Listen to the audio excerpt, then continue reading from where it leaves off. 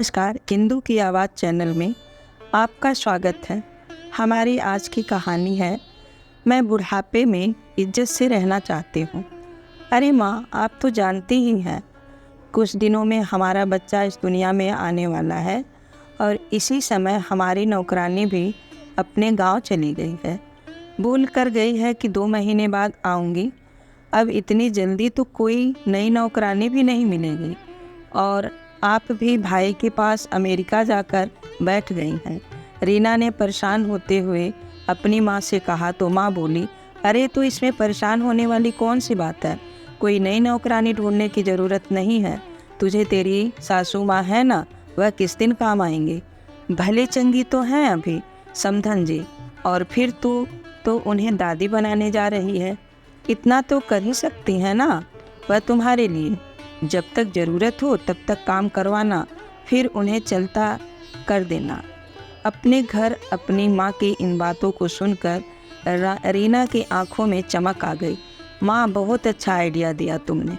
शाम को जब उसका पति घर आया तो रीना मायूसी का मुखौटा लगाए उसे चाय देने लगी। अरे रीना, क्या हुआ, उदास क्यों हो? सोच रही थी कि आपके माँ बाबूजी को कुछ समय के लिए यहाँ बुला लेते हैं, लेकिन क्या, लेकिन पिछली बार जो हुआ था उसकी वजह से कहीं सासू माँ नाराज़ तो नहीं? अरे नहीं, मैं अपने माँ बाबूजी को अच्छे से जानता हूँ, हमारे बुलाते ही दौड़े चले आएंगे। दोनों अजी सुनते हो, आज सौरभ का फ़ोन आया था।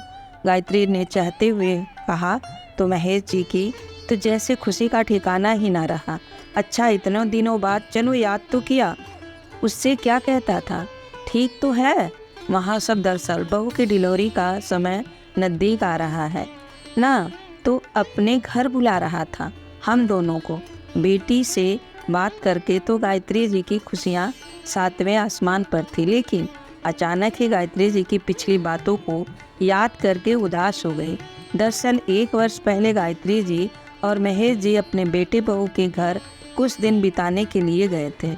उनकी बहू रीना जान चुकी थी कि उसकी सास बिल्कुल सीधी साधी है, तो उसने इस बात का फ़ायदा उठाना शुरू कर दिया। सारा दिन बिजी रहने का बहाना करती और सारा काम अपनी सासू माँ पर ही डाल देती। यह देखकर महेश जी को अच्छा नहीं लगा, तो बहू से बोले, बहू, तुम्हारी सास की उम्र हो गई है, थक जाती है, थोड़ा सा काम तुम भी करवा दिया करो। इतना कहने की ही देर थी कि बहू ने तो हंगामा खड़ा कर दिया और खूब खरी खूटी सुनाई। गायत्री जी और महेश जी चुपचाप खड़े अपमान सहन करते रहे और सौरभ अपनी पत्नी के सामने कुछ बोल ही ना सका। गायत्री जी और महेश जी अपने सम्मान की रक्षा करते हुए अपने घर वापस आ गए थे। गायत्री जी पिछली यादों में घूम रही थी। इतने में महेश जी बोले, अरे गायत्री, किन बातों में खो गई तुम? अभी तक सोच रही हो? जल्दी से सामान पैक करो। महेश जी ने अपनी पत्नी गायत्री से कहा। तुम तो जानती हो, सौरभ की शादी को 5 साल हो गए हैं और सालों बाद अब जाकर हमारे बेटे के घर में खुशियाँ आई हैं। जी ठीक है, मैं ज़रा अनीता को बोल कर आती हूँ कि हम कुछ समय के लिए अपने बेटे के घर जा रहे हैं। दरअसल महेश जी और गायत्री जी ने अपने घर का एक हिस्सा किराए पर दिया हुआ था, जहाँ अनीता और नीरज अपने प्यारे से बेटी कृष्णा के साथ रहते थे। वे दोनों घर पर ही टिफ़िन सर्विस का काम करते थे। पास ही में गर्ल्स हॉस्टल था, तो उनका धंधा भी अच्छा चल रहा था। कुछ ही वर्षों में गायत्री जी और अनीता का एक दूसरे के साथ खास लगाव हो गया था। अनीता के बेटे कृष्णा को तो उसकी सगी दादी से भी ज़्यादा प्यार करती थी गायत्री जी। अरे अनीता, ओ अनीता, गायत्री जी ने आवाज़ लगाई। जी आंटी जी। अनीता रसोई घर से बाहर आई। अरे अनीता, एक खुशखबरी है, मैं जल्दी ही दादी बनने वाली हूँ। अरे वाह आंटी जी, यह तो बड़ी खुशी की बात है। गायत्री जी की खुशी में शामिल होते हुए अनीता बोली, हाँ अनीता, हमारे बेटे ने पूरे 6 महीने के लिए तैयारी करके आने को बोला है। अभी तो सारी पैकिंग पड़ी है, तुम अपने टिप्पन का काम निपटा कर मेरी मदद करने आ जाना। गायत्री जी बोली। तो इतने में नीरज की आवाज़ आई, अनीता, टिप्पन का काम मैं संभाल लूँगा, तुम जाओ आंटी की मदद करो। अनीता ने गायत्री जी की पैकिंग करने में मदद की और गायत्री जी के साथ मिलकर उनकी बहू के लिए गोंद के लड्डू भी बनवाए। जाने से पहले रास्ते के लिए एक टिफ़िन भी पैक करके दे दिया। दोपहर की ट्रेन से दोनों अपने बेटे के घर जाने के लिए रवाना हो गए। उधर सौरभ उन्हें स्टेशन से कार में बैठाकर घर ले गया। जैसे ही घर पहुंचे तो बहू से मिलकर गायत्री जी और महेश जी ने सारे मनमुटाव भूलकर उसे ढेरों आशीर्वाद दिए। गायत्री जी ने घर पहुंचते ही घर के सारे कामों की जिम्मेदारी ले ली। सारा घर जो काम वाली बाई की अनुपस्थिति में बिखरा हुआ था, गायत्री जी ने आते ही बड़ी कुशलता के साथ सब व्यवस्थित कर दिया। रोजाना अपनी बहू को सूप और पौष्टिक खाना बनाकर खिलाया करती थी। बहू बातों में तो जैसे मिश्री ही घुल गई थी। सारा दिन माजी माजी करके उनसे अपने सारे काम करवा लेती थी। नियत समय पर रीना ने बच्ची को जन्म दिया। दादा दादी के तो जैसे पाँव ही जमीन पर नहीं पड़ रहे थे। अजी यह तो बिल्कुल मुझ पर गई है। गायत्री जी पोती को देखते हुए बोली, जी नहीं, मेरी पोती के सब कुछ बिल्कुल मेरे जैसा है। अरे इसने तो मुझे गीला कर दिया। महेश जी बच्ची को गायत्री जी को देते हुए बोले। सभी लोग ठहाके लगाकर हंस दिए। बच्ची होने के बाद गायत्री जी ने बहू की खूब सेवा की। बच्चे का ख्याल रखना, रसोई का काम और बहू के लिए अलग से खाना पकाना। गायत्री जी की उम्र हो चुकी थी, लेकिन फिर भी बहू को कोई तकलीफ ना हो यह सोचकर भी सेवा में हाजिर रहती। उनके घुटनों में भी दर्द रहता था। इसके बावजूद गायत्री जी सारा काम बड़ी कुशलता के साथ कर रही थी। महेश जी भी घर में कामों में उनका हाथ बटा देते थे। देखते ही देखते 2 महीने बीत गए। बच्चे के लाड दुलार में गायत्री जी और महेश जी का समय कैसे बीता पता ही नहीं चलता था। धीरे धीरे बच्ची को भी अपने दादा दादी के हाथों की पहचान हो गई। यह बात बहू रानी को खटक नहीं लगी। कुछ दिनों के बाद रीना की काम वाली बाई भी अपने गांव से वापस लौट आई। गायत्री जी के मना करने पर भी वह यह दलील देते हुए कहा, उसे काम पर बुला लिया कि माँ जी दिन भर काम करके और बच्ची को संभाल कर थक जाती हैं। एक दिन जब गायत्री जी बच्ची को चम्मच से दूध पिला रही थी तो बच्ची ने थोड़ा खांसी करते हुए उल्टी कर दी। बस फिर क्या था, रीना को तो जैसे बहाना मिल गया।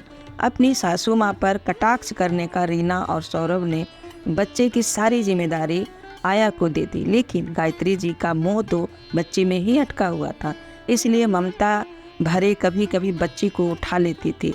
एक दिन जब दोनों बेटा बहू बाहर गई तो बच्ची को आया को देकर गई थी। बच्ची लगातार रोए जा रही थी। आया उसे चुप कराने की कोशिश करती, लेकिन बच्ची का रोना बंद नहीं हो रहा था। गायत्री जी से बच्चे को रोना देखा नहीं गया और आया के हाथ से बच्ची को ले लिया और उसकी नाभि पर हेंग लगाने लगी। बच्ची चुप हो गई और दादी का स्पर्श पाकर मुस्कुरा दी। कुछ देर में जब बेटा बहू वापस आए तो आया ने उनके कान भर दिए। मैडम, जब मेरी ज़रूरत ही नहीं थी तो मुझे काम पर रखा ही क्यों? आपके सास ससुर तो बच्चे को छूने भी नहीं देते। मुझसे झट से छीन लिया। अब मैं आपके घर का काम नहीं करूँगी। दोनों पति पत्नी गायत्री जी पर बरस पड़े और आया को मनाने लगे। गायत्री जी और महेश जी अपमान का घूंट पीकर रह गए। करते हैं भी क्या करते, बच्चे के मुंह में बेटा बहू का घर भी तो छोड़कर नहीं जाना चाहते थे। गायत्री जी कमरे में जाकर आंसू बहाने लगी। बहू तो पराए घर से आई थी, लेकिन बेटा तो अपना ही था। अब तो शर्म आती है मुझे उसे अपना बेटा कहते हुए। अब तो यह हाल हो गया कि सारा दिन बैठकर बच्चे को आया संभालने लगी और बहू अपनी माँ के साथ फ़ोन पर बतियाती रहती और गायत्री जी पर रसोई के घर के सारे काम की जिम्मेदारी पड़ गई थी। यहाँ तक कि आया का खाना भी गायत्री जी को ही बनाना पड़ता था और महेश जी अपनी पत्नी की यह हालत देखकर मन ही मन कूटते रहते थे। एक दिन बहू रानी ने सासू माँ से कहा, माँ जी, मेरी कुछ सहेलियाँ घर पर आ रही हैं तो उनके लिए कुछ स्नैक्स वगैरह का इंतज़ाम कर देना और चाय कॉफ़ी भी बना देना। शाम को जब बहू की सहेलियाँ घर आई तो पूरे आदर और सम्मान के साथ गायत्री जी ने उन्हें बिठाया, अपने हाथों में बने लजीज स्नैक बनाकर खिलाए। उनकी खूब आवा भगत की और घर में जाकर बर्तन साफ करने लगी। लेकिन अचानक उन्होंने जो सुना उन्हें अपने कानों पर यकीन ही नहीं हुआ।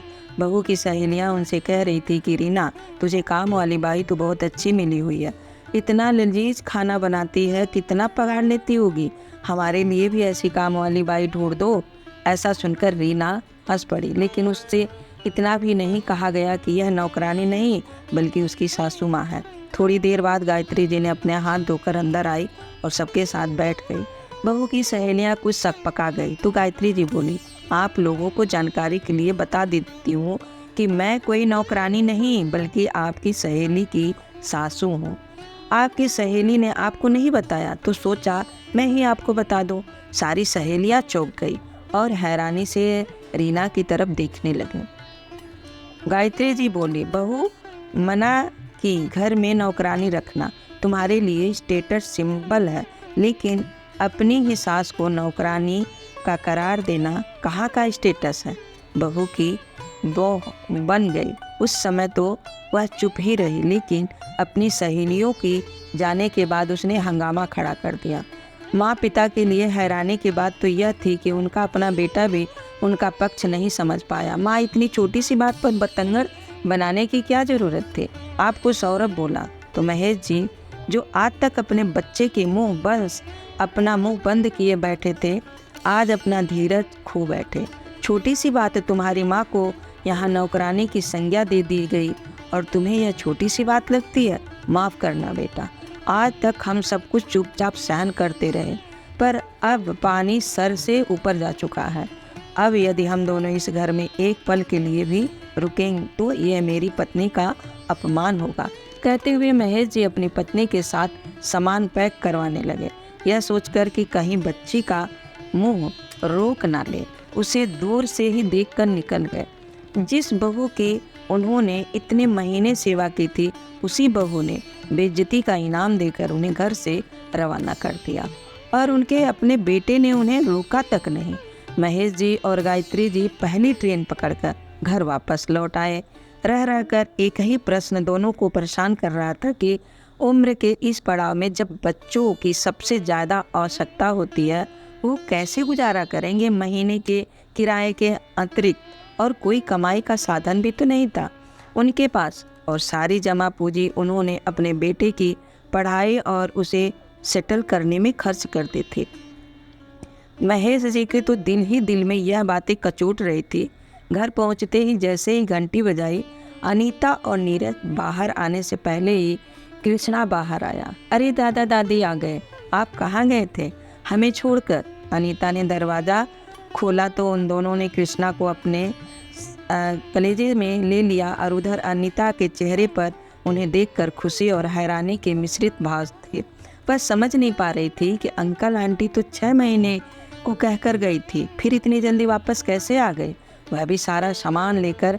जल्दी से उनके चेहरे के भाव देखकर वो दोनों सारा मामला समझ गए। अंकल आंटी हाथ मुँह धोकर फ्रेश हो जाइए, आपके लिए चाय नाश्ता बनाकर ले आती हूँ, अनीता ने कहा तो गायत्री जी की आंखें नम हो गई। जैसे ही अपने कमरे का दरवाज़ा खोला तो गायत्री जी को अपना आशियाना पाकर संतोष हुआ, लेकिन महेश जी के दिमाग में रह रहकर वही बातें गूंज रही थी। जैसे ही अपने कमरे में कदम रखने लगे, उन्हें अचानक दिल में दर्द शुरू हुआ। इससे पहले गायत्री जी उन्हें संभालती वह निहाल गिर चुके थे। गायत्री जी की आवाज़ सुनकर अनीता और नीरज आ गए, लेकिन तब तक महेश जी निष्प्रभावी निभाकर चले गए। अपनी माँ का हाल चाल तक जाने की सहमत नहीं उठाई दोनों ने, लेकिन किराएदारों ने उन्हें हर कदम पर सहारा दिया। धीरे धीरे समय बीतने लगा और गायत्री जी की हालत भी अब कुछ सामान्य होने लगी। एक दिन अनीता और नीरज का बेटा कृष्णा कुछ बीमार पड़ गया तो उसे दिन भर हॉस्पिटल में एडमिट रखना पड़ा। गायत्री जी को तो वैसे भी खाना बनाने का शौक था, तो अनीता के अनुपस्थिति में गायत्री जी ने टिप्पण का सारा काम संभाल लिया। सभी ग्राहकों को उनका खाना बहुत पसंद आया और हॉस्टल का लड़कियों को तो उनके खाने की दीवानी हो गई। उस समय गायत्री जी को अचानक पता चला कि उनके किराएदार नीरज और अनीता ने अब अपना मन बना लिया है और वहीं पर यह दोनों अपना रेस्टोरेंट खोलने वाले हैं। दरअसल उन्होंने यह मकान 2 महीने पहले ही खरीदा था, लेकिन अंकल के जाने के बाद वह आंटी को अकेला नहीं छोड़ना चाहते थे, इसलिए आंटी को संभालने के लिए उन्होंने अपना गृह प्रवेश कुछ समय के लिए टाल दिया था। यह बात जानकर गायत्री जी भाव विभोर हो गई। फिर अपने आप को संभालते हुए अनीता के पास गई और उसे बधाई देते हुए गले से लगा लिया। बेटा, मेरा इतना भी ख्याल मत रखो कि मैं तुम लोगों को जाने ही ना दूँ। गायत्री जी ने अनीता को आश्वासन दिया कि वह बिल्कुल ठीक है और सारी तैयारियां करवा कर उन्हें भारी दिल से विदा किया। लेकिन अब गायत्री जी बिल्कुल अकेली हो गई और साथ ही किराए से होने वाली आय भी अब बंद हो गई। इस उम्र में अपना गुजारा कैसे करूँगी? जिस बेटे पर सारी जमा पूंजी खर्च कर दी, उसी ने मुझे बुढ़ापे में कहते हुए उनके गालों पर आंसू ढलाए। आगे जिंदगी कैसे कटेगी सोचकर ही उनका दिल बैठा जा रहा था। इतने में बेल बजी। देखा तो हॉस्टल की कुछ लड़कियां बाहर खड़ी थी।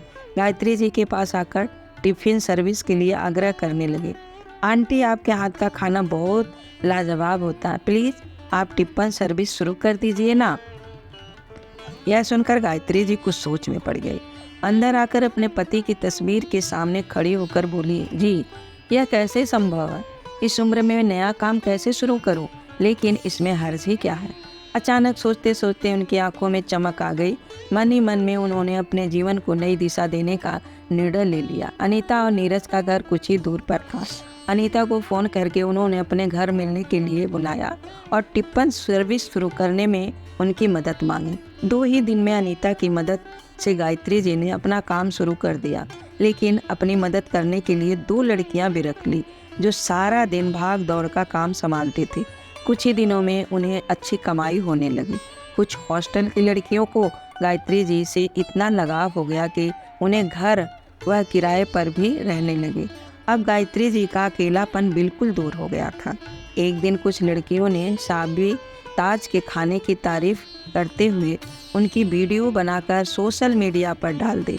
देखते ही देखते वीडियो तो जैसे आग की तरह फैल गई और गायत्री जी के बनाए खाने की चर्चा दूर दूर तक होने लगी। अब तो उनका काम और भी बढ़ गया। उधर उनकी बहू ने जब वीडियो देखी तो उसकी हालत ऐसी हो गई जैसे काटो तो खून नहीं। तुरंत सौरभ को दिखाते हुए बोली, देखो तुम्हारी माँ के खाने की चर्चा पूरे देश में हो रही है, कितना कमाती होंगी। बाप रे बाप, तुम्हारी नौकरी से तो हमारे घर का गुजारा ही बड़ी मुश्किल से चलता है। अपनी माँ से ही कुछ मदद मांग लो, उनका काम इतना अच्छा चल रहा है तो क्यों ना हम उन्हीं के पास जा कर रहे हैं। और वैसे भी तुम्हारे पिताजी अब तो नहीं रहे तो माँ को भी अकेलापन लगता होगा। यह सब देखकर सौरभ की हैरानी का तो ठिकाना ही ना रहा। पत्नी का कहना मानकर सौरभ अपनी माँ के पास जाने की योजना बनाने लगा। अगले ही दिन अपनी बेटी के साथ गायत्री जी के घर पहुँच गए। वहाँ का दृश्य देखकर बहू की आंखें फटी की फटी रह गई। वहाँ तो जैसे मेला सा लगा हुआ था, सारी तरफ चहल पहल थी। मीडिया वाले माँ जी का इंटरव्यू ले रहे थे। यह देखकर दोनों पति पत्नी थोड़ी देर के लिए अलग से खड़े हो गए। अपने आप को आज वह अपने ही घर में अकेला सा महसूस कर रहे थे। गायत्री जी ने तो उन्हें बहुत पहले ही देख लिया था, लेकिन फिर भी उन्हें नज़रअंदाज करके अपने काम में लग रही थी। भीड़ कम होने पर बहू बेटे ने दोनों गायत्री जी के पास जाकर उनके चरणों में गिर गए। गायत्री जी ने चेहरे पर कोई भावना दिखाते हुए उन्हें आशीर्वाद दिया। अपनी पोती को इतने दिनों बाद देखकर प्यार किया और फिर अपने काम में लग गई। इतने में सौरभ ने पीछे से आवाज़ लगाई, माँ हमें माफ़ कर दो, हमसे बहुत बड़ी भूल हो गई है। आज से हम आपके पास ही रहना चाहते हैं। गायत्री जी ने उन्हें तिरछी निगाहों से देखते हुए कहा, अच्छा, लेकिन मैं तुम्हारे साथ नहीं रहना चाहती। इस बुढ़ापे में मैं इज्जत के साथ रहना चाहती हूँ, किसी के घर की काम वाली बाई बनकर नहीं। अब यह सब लोग ही मेरा परिवार है। लेकिन माँ, इस घर पर हमारा भी तो कुछ हक है। गायत्री जी ने कहा, हक तो तुम लोगों का उसी दिन खत्म हो गया था जिस दिन मैं तुम्हारे बाबूजी तुम्हारे घर से बेइज्जत होकर निकले थे। दूर से आए हो तो भूख लगी होगी, कुछ खाकर जाना। रास्ते के लिए भी तुम्हारे लिए टिफ़िन पैक करवा देती हूँ। कहते हुए गायत्री जी ने अपने काम में मस्त हो गई। आज उनके चेहरे पर संतुष्टि के भाव और गर्व भरी मुस्कान थे। किसी ने सच ही कहा है कि बुढ़ापे में माँ बाप को कभी ठुकराना नहीं चाहिए। दोस्तों, आपको यह कहानी कैसी लगी लाइक और कमेंट करके ज़रूर बताएं और चैनल को सब्सक्राइब करना बिल्कुल ना भूलें। मिलते हैं एक नई कहानी साथ। बहुत बहुत धन्यवाद। Thank you for watch.